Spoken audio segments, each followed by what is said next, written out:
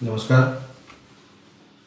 आज दावोसला येऊन माननीय मुख्यमंत्री देवेंद्र फडणवीस साहेबांच्या नेतृत्वाखालचा दुसरा दिवस आहे आणि आज देखील कालच्या सारखेच MOU महाराष्ट्राच्या गुंतवणुकीसाठी दावोसमध्ये होणार आहे. मी आपल्या सगळ्यांना आठवण करून देतो की गेली 2 वर्ष राज्याचा उद्योग मंत्री म्हणून माननीय माजी मुख्यमंत्री एकनाथ शिंदे साहेबांच्या नेतृत्वाखाली मी या ठिकाणी आलेलो होतो आणि हे MOU करत असताना पहिल्या वर्षी आम्ही 1,37,000 कोटीचे MOU त्यावेळेचे विक्रमी MOU केले. त्याच्यानंतर दुसऱ्या वर्षी दावोसमध्ये येऊन 3,70,000 कोटी आणि दावोसवरनं मुंबईला गेल्यानंतर 2 लाख कोटी असे 5,70,000 कोटीचे MOU करण्यामध्ये मागच्या वर्षी आम्ही यशस्वी झालो आणि त्याच्यामधनं 83% प्रकल्पांची अंमलबजावणी आपण करतोय.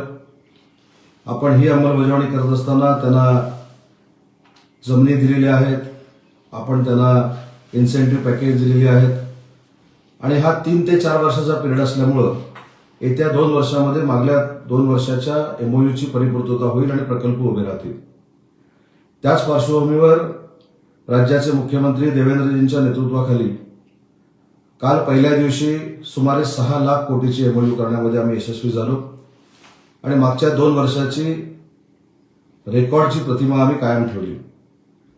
कालच्या या 6 लाखाच्या MOU मध्ये डिफेन्सचे MOU आहेत, सिडको सारख्या संस्थेचे इन्फ्रास्ट्रक्चरचे MOU आहेत, काही संस्थांशी केलेले टेक्निकली आपल्याकडे चांगल्या पद्धतीनं मुलं तयार होण्यासाठी केलेले MOU आहेत, डेटा सेंटरमध्ये केलेले MOU आहेत.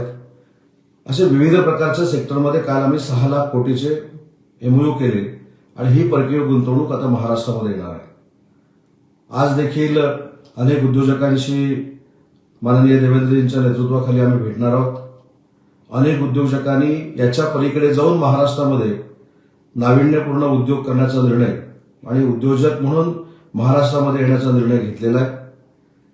आज देखील अनेक कंपन्यांशी आम्ही MOU करणार आहोत. माननीय मुख्यमंत्री काँग्रेसमध्ये जाऊन देखील स्वतःचं भाषण त्या ठिकाणी करणार आहेत आणि महाराष्ट्राचं नक्की उद्योगाच्या बाबतीतलं धोरण काय हे देखील त्या ठिकाणी विशद करतील.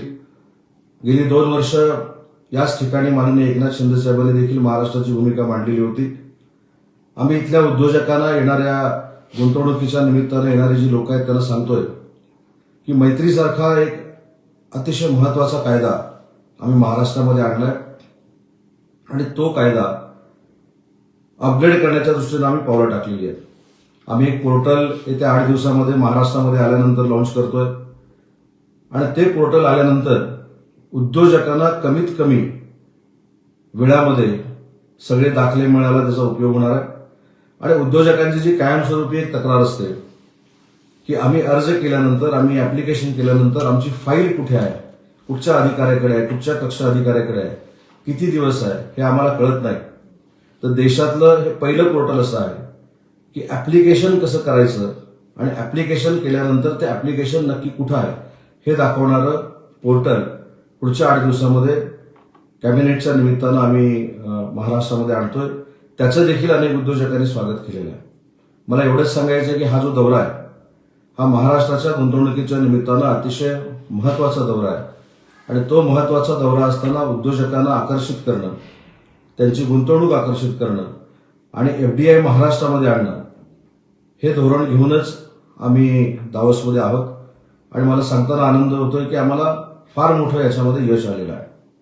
काल देखील मोठे उद्योजक माननीय मुख्यमंत्री महोदयांना भेटले. त्यांनी देखील विश्वास दिलेला आहे की महाराष्ट्रामध्ये याच्यापेक्षा जास्त गुंतवणूक आम्ही आणतो आणि महाराष्ट्रातल्या बेरोजगारांना रोजगार देण्यासाठी आम्ही प्रयत्न करतो, अशा पद्धतीचं आश्वासन काल देखील अनेक उद्योजकांनी दिलेलं आहे.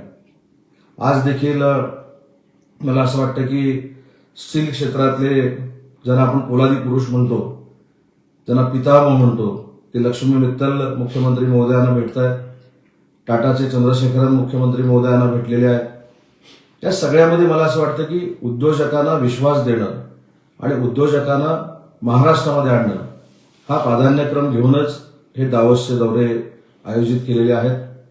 आजच्या दौऱ्यानंतर माननीय मुख्यमंत्री उद्या मीडियाशी देखील इंटरॅक्शन करणार आहेत आणि या सगळ्यामध्ये मला असं वाटतं की जे एमओयू होत आहे आणि ते एमओयू झाल्यानंतर आमच्यातले काही हितचिंतक त्याची अंमलबजावणी होते की नाही याकडे लक्ष ठेवून असतात. त्याचं उत्तर म्हणजे मागील 2 वर्षांमध्ये झालेले जे एमओयू होते त्याच्यामधले 83% एमओयू आम्ही प्रत्यक्षामध्ये उतरवतोय.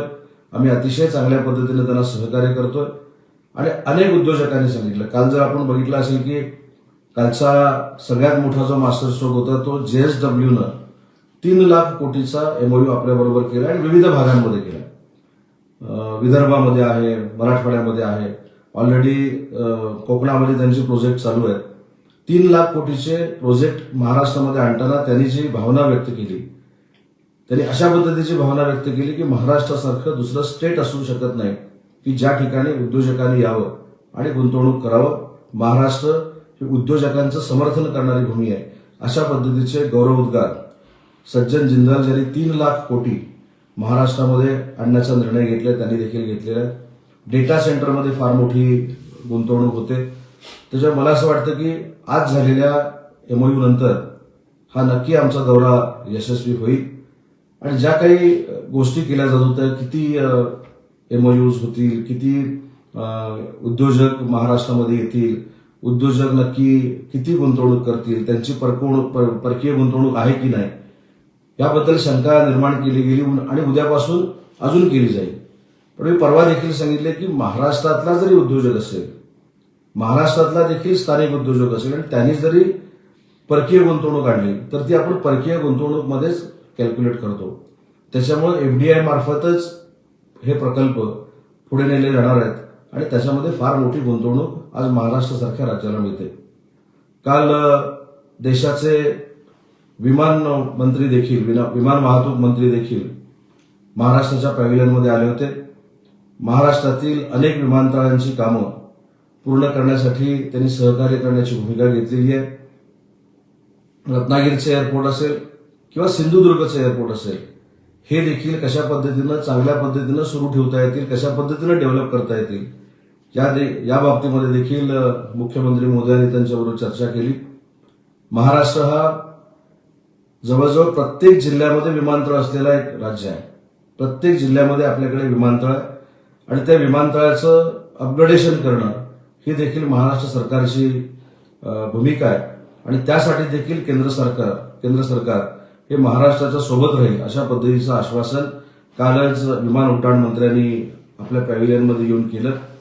त्याच्यामुळे मला असं वाटतं की आपला हा जो दावोसचा प्रवास आहे ज्याच्यासाठी आम्ही या ठिकाणी आलोय तो यशस्वीतेकडे वाटचाल करतोय, यशस्वी होतोय आणि आम्हाला सगळ्यांनाच खात्री आहे की ज्या पद्धतीनं आमच्या प्रशासनाच्या अधिकाऱ्यांनी देखील यासाठी मेहनत घेतली ती खरोखरच वाखाणण्याजोगी आहे. म्हणूनच एवढे आम्ही एमओयू करू शकतोय. 2 वर्षापूर्वी सुरू झालेली ही एकनाथ शिंदे साहेबांच्या नेतृत्वाखालची परंपरा देवेंद्रजींच्या नेतृत्वाखाली 3ऱ्या वर्षी पुढे जाते. याबद्दल मला मनापासूनचा उद्योगमंत्री म्हणून समाधान आहे आणि मनापासूनचा या दोघांबद्दल आदर देखील आहे. महाराष्ट्राच्या जनतेला मला एवढंच दावोसमधून सांगायचं आहे की जे आरोप प्रत्यारोप होत असतात त्याला कामानं उत्तर देण्याचं काम हे महायुतीच्या सरकारनं पुन्हा एकदा दावोसमधनं केलेलं आहे. एवढंच मला या व्हिडिओ कॉलिंगच्या माध्यमातून आपल्याशी संवाद साधायचा होता. पुन्हा एकदा महाराष्ट्राच्या जनतेनं भरभरून आमच्यावर प्रेम केलं, आम्हाला फार मोठं मॅन्डेट दिलं, आमचे 237 आमदार हे विधानसभेमध्ये पाठवले. त्याच्यामुळे आमची देखील जबाबदारी आहे की महाराष्ट्राच्या जनतेनं जो विश्वास आमच्यावर टाकलाय त्याला चांगल्या पद्धतीनं पुढे नेणं, त्या विश्वासाला पात्र ठरणं आणि विश्वासाला पात्र ठरत असतानाच लाखो बेरोजगार युवक आणि युवतींना रोजगार देणं याच उद्देशानं आज हे दावोसचे एमओयू करण्यामध्ये आम्ही यशस्वी झालोय. असंच महाराष्ट्राच्या जनतेचं सहकार्य हे महायुतीच्या सरकारबरोबर राहू दे एवढीच या माध्यमातून मी विनंती करतो. आपण जसं भरभरून आम्हाला प्रेम दिलं, विश्वास दिला, तसाच विश्वास महायुतीच्या सरकारवर आपण ठेवावा. तुमच्या विश्वासाला आम्ही नक्की पात्र ठरू हा विश्वास तुम्हाला उद्योगमंत्री म्हणून मी या ठिकाणी देतो. धन्यवाद. जय हिंद, जय महाराष्ट्र.